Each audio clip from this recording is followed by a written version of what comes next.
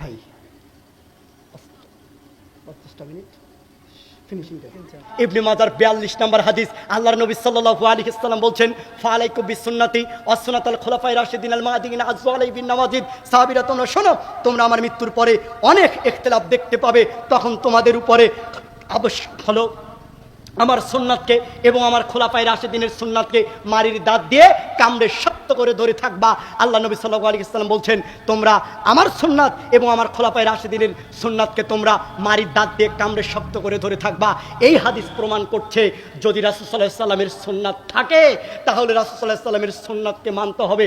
যদি রাসূলের সুন্নাত না থাকে তখন আবু বকর ওসমান আলীকে মানতে হবে। রাসূল সাল্লাল্লাহু আলাইহি ওয়াসাল্লামের সুন্নাত যদি স্পষ্ট থাকে তাহলে আবু বকর সিদ্দিক রাদিয়াল্লাহু তাআলা আনহু তার সুন্নাত গ্রহণ করা যাবে না। যদি রাসূলের সুন্নাত স্পষ্ট থাকে তাহলে ওমর রাদিয়াল্লাহু তাআলা আনহু তার সুন্নাত গ্রহণ করা যাবে না। যদি রাসূল সাল্লাল্লাহু আলাইহি ওয়াসাল্লামের সুন্নাত স্পষ্ট থাকে তাহলে আলী রাদিয়াল্লাহু তাআলা আনহু তার সুন্নাত গ্রহণ করা যাবে না।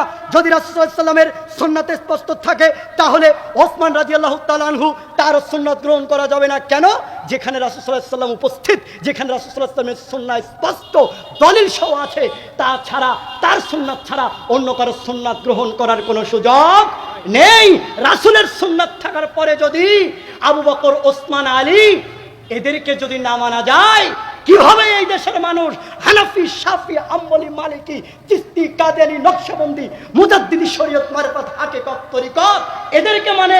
এরা কি করে ইমাম আবু হানিফার সুন্নাতকে মানে? এটা কোশ্চেন কালেও হতে পারে না, পারে না, পারে না।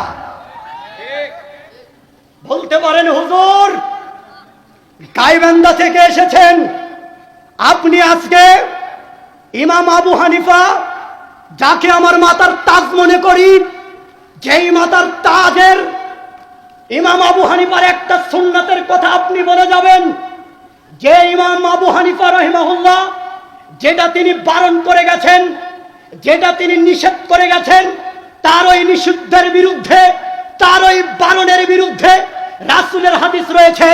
যদি এই প্রমাণ না দিতে পারেন, হুজুর গাইবান্ধা থেকে এসেছেন, পায়ের জুতাও কিন্তু থাকবে না, দৌড়ে পালাতে হবে। জি, দৌড়ে পালাতে হবে না, ইনশাল্লাহ দলিল পেশ করছি। দেখেন, অনেক বই প্রস্তুত করে অনেক কষ্ট করে লিখে নিয়ে এসেছি। কিভাবে লিখে নিয়ে এসেছি? যেটা রাসূলের চূড়ান্ত সুন্নাত, সেটা কি? ইমামের পিছনে সূরা ফাতিহা পড়া। সেটা কি? আল্লাহি, আল্লাহর কসম করে বলছি, আল্লাহি, আল্লাহর কসম করে বলছি, আল্লাহ আমাকে প্রয়োজনে ধ্বংস করে দিবে। আল্লাহ, আমি যদি কাউকে কষ্ট দেওয়ার জন্য নিজের কনফিডেন্স এবং নিজেকে মানুষের সামনে বড় করার জন্য যদি আমি কথাগুলি আজকে আপনাদের সামনে পেশ করি, আল্লাহ যেন আমাকে ধ্বংস করে দেয়। আল্লাহি, আল্লাহর কসম করে বলছি, আমি কাউকে কটাক্ষ করে, আমি কাউকে কষ্ট দিয়ে আমি কথা বলছি না। শুধু রাসূলের সুন্নাতটা আপনাদের মাঝে আমি তুলে ধরছি, যেটা রাসূল সাল্লাল্লাহু আলাইহি ওয়াসাল্লামের চূড়ান্ত সুন্নাত, যেটা ইমাম আবু হানিফার নাম দিয়ে, যাকে আমার মাথার তাজ মনে করি, তার নাম দিয়ে, তার দোহাই দিয়ে এই রাসূলের সুন্নাত থেকে মানুষদেরকে বঞ্চিত করছে এই মাযহাবীরা। সেটা কি? দেখেন, ইমামের পিছনে সূরা ফাতিহা পড়া ইমামে আজম আবু হানিফা রাহিমাহুল্লাহ তিনি মাকরু বলেছেন। কি বলেছেন? আবার জোরে বলেন, কি বলেছেন? ইমামে আজম আবু হানিফা তিনি ইমামের পিছনে সূরা ফাতিহা পড়া কি বলেছেন? মাকরু বলেছেন। এটা হলো ইমাম আবু হানিফা রাহিমাহুল্লাহর কথা। ইমাম শাফি, হাম্বলি, মালিকি এদেরও যে মত রয়েছে, এই মতের অনুসরণ যদি করে এই চারজন ইমামের, তারপরেও তারা ইমামের পিছনে সূরা ফাতিহা পড়তে বাধ্য হতো।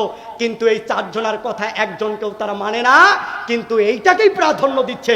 যেহেতু ইমাম আবু হানিফা রাহিমাহুল্লাহ ইমামের পিছনে সূরা ফাতিহা মাকরু বলেছে, তাই তারা ইমামের পিছনে সূরা ফাতিহা পড়ে না। দেখেন, একটু আপনাকে আপনার নিকটে দলিল পেশ করি। ইমাম আবু হানিফা যেহেতু বলেছে ইমামের পিছনে সূরা ফাতিহা পড়া মাকরু, তারা আরো একটা দলিল পেশ করে। ইবনে মাজার 850 নম্বর হাদিস দিয়ে জাবির বিন আব্দুল্লাহ রাদিয়াল্লাহু তাআলা হতে বর্ণিত, তিনি বলেন রাসূল সাল্লাল্লাহু আলাইহি ওয়াসাল্লাম বলেছেন, মান কানা লাহু ইমামুন ফা ইন্না কিরাআতাল ইমামি লাহু কিরাআতুন। যাদের ইমাম আছে, ইমামের কিরাত, এই কিরাতেই যথেষ্ট, আর কোনো কিরাত, আর কোনো সূরা কিছু পড়তে হবে না। এইটা হচ্ছেন ইবনে মাজার 850 নম্বর হাদিস দিয়ে দলিল দিচ্ছে আমাদের প্রিয় দিনী ভাই তারা হচ্ছেন মাযহাবী ভাই, যারা ইমাম আবু হানিফাকে মানেন। অথচ এই হাদিস যদি আপনারা তারকিব তাহকিক করতে যান, এই হাদিসটির মধ্যে অনেক ত্রুটি রয়েছে। কি ত্রুটি দেখেন, আমি আপনার মাঝে পেশ করছি। এই হাদিসটি আপনার ইবনে মাজার যে হাদিস রয়েছে 850, এর ব্যাপারে যে হাদিসটি আপনারা আরো পাবেন আহমদের 14,233 নং হাদিস। হাদিসের তাহকিক হচ্ছে আলবানী রহিমাহুল্লাহ এই হাদিসকে হাসান বলেছেন। এর তাখরিজ বিন ইয়াজিদ ইবনে হারিস সম্পর্কে ওয়াকিল ইবনুল জাররাহ সিকা বলতে আহমদ বিন হাম্বাল তিনি বলেছেন এই হাদিসের যিনি রাবি তিনি হচ্ছেন মিথ্যুক। এই হাদিসের যিনি রাবি তিনি হচ্ছেন মিথ্যুক। তার মানে এই হাদিস মানার, এই হাদিসের উপরে আমল করার কোনো সুযোগ নেই। কেন নেই? কারণ এই হাদিসের যিনি রাবি তিনি হচ্ছে মিথ্যুক। ইমাম আবু হানিফার কথা হচ্ছে ইমামের পিছনে সূরা ফাতিহা পড়া মাকরু। আর একটি দলিল পেশ করছে, যেই দলিলের হাদিসের রাবি হচ্ছে মিথ্যুক, তার মানে ও হাদিস মানা যাবে না। তার মানে দুইটার কথাই ইমাম আবু হানিফা রাহিমাহুল্লাহর দোহাই দিয়ে সেইটাকে তারা পালন করে আসছে, জাতির সামনে পেশ করছে। যারা ইমামের পিছনে সূরা ফাতিহা পড়ছে তাদেরকে গালিগালাজ করছে, তাদেরকে অপমান করছে। কেমন গালি? তাদেরকে বলছে আহলে খবিস, তাদেরকে বলছে ইহুদিদের দালাল, তাদেরকে বলছে এরা সৌদি আরবের রিয়াল খেয়েছে, তাদেরকে বলছে এরা হচ্ছে এ যুগের শ্রেষ্ঠ মুনাফিক।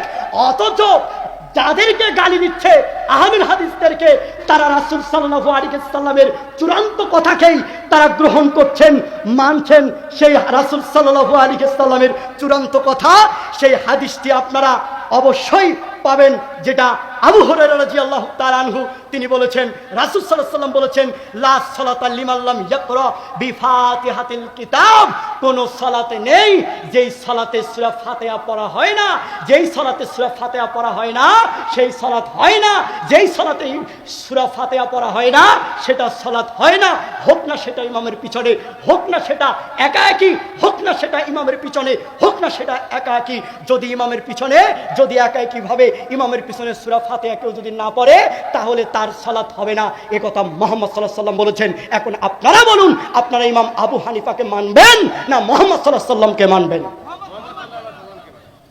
আমি আজকে এই মিডিয়ার মাধ্যমে আমি 1000 মনোজন দিয়ে এই বাংলাদেশের জাতীয় মসজিদের খতিব মুফতি আব্দুল মালেক সাহেব, তাকে আমি এটা অনুরোধ করছি এবং এটা চ্যালেঞ্জ ছড়িয়ে দিচ্ছি, তার যত অনুসারী আছে সমস্ত অনুসারীদেরকে, মুফতি আব্দুল মালেক সাহেবকে আমি অনুরোধ করছি, আপনি মসজিদের মেম্বারে দাঁড়িয়ে বাইতুল মুকাররমে উচ্চ স্বরে গলার আওয়াজ মজবুত করে জাতির সামনে এই কথা বলুন যে ইমামে আজম আবু হানিফা রাহিমাহুল্লাহ ইমামের পিছনে সূরা ফাতিহা মাকরু বলেছেন, তাই আমরা মানতে পারছি না।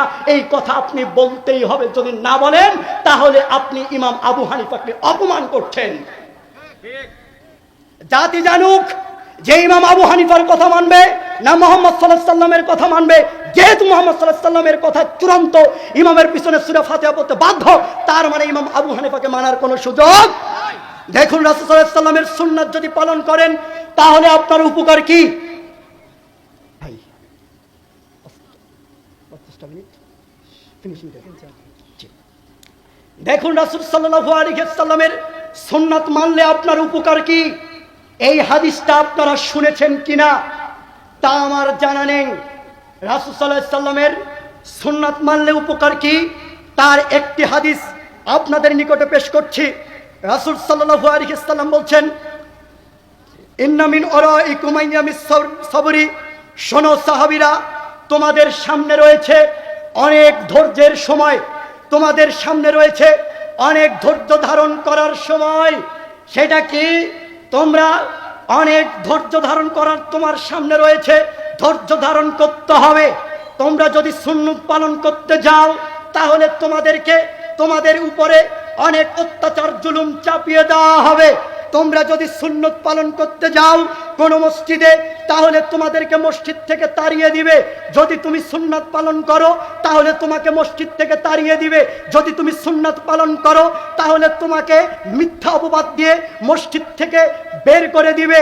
তারা বলবে আমাদের মসজিদে তুমি সালাত আদায় করতে আসতে পারবে না, তুমি অন্য কোনো মসজিদে গিয়ে সালাত আদায় করো, রাসূলের সুন্নাত পালন করতে গিয়ে অনেক জুলুম অত্যাচার আসবে, যেটা এই দেশের মাটিতে রাসূলের সুন্নাত পালন করতে এইটা তো অনেক কঠিন ব্যাপার।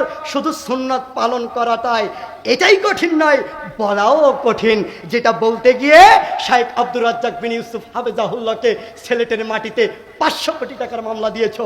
আল্লাহর মামলা দিয়েছিল এই দেশের পেতাতিরা। রাসূল সাল্লাল্লাহু আলাইহি ওয়াসাল্লামের চূড়ান্ত সুন্নাত যেটা ছিল, যেটা মানতে বলেছেন, যেই সুন্নাত পালন করলে মানুষ অনেক নেকি পাবে, সেটাই আল্লাহর নবী বলেছেন। ও সাহাবীরা শোনো, তোমাদের সামনে রয়েছে ধৈর্য ধারণ করার সময়। শোনো সাহাবীরা, তোমরা যদি সালাত আদায় করতে যাও রাসূলের সুন্নাত অনুসারে, তাহলে তোমাকে মসজিদ থেকে বের করে দিবে, মসজিদ থেকে তাড়িয়ে দিবে, তোমার উপরে অনেক অত্যাচার করা হবে। যদি এই কঠিন সময়ে, এই কঠিন দিনে যদি তোমরা রাসূলের সুন্নাতকে যদি তোমরা আঁকড়ে ধরে থাকতে পারো, তাহলে তোমাদের মধ্যকার 50 জন ব্যক্তি শহীদদের মর্যাদা পাবে।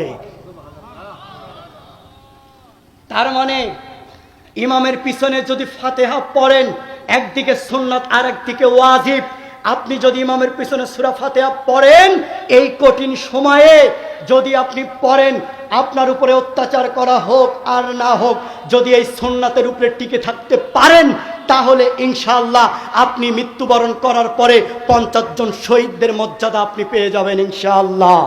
সম্মানিত উপস্থিতি।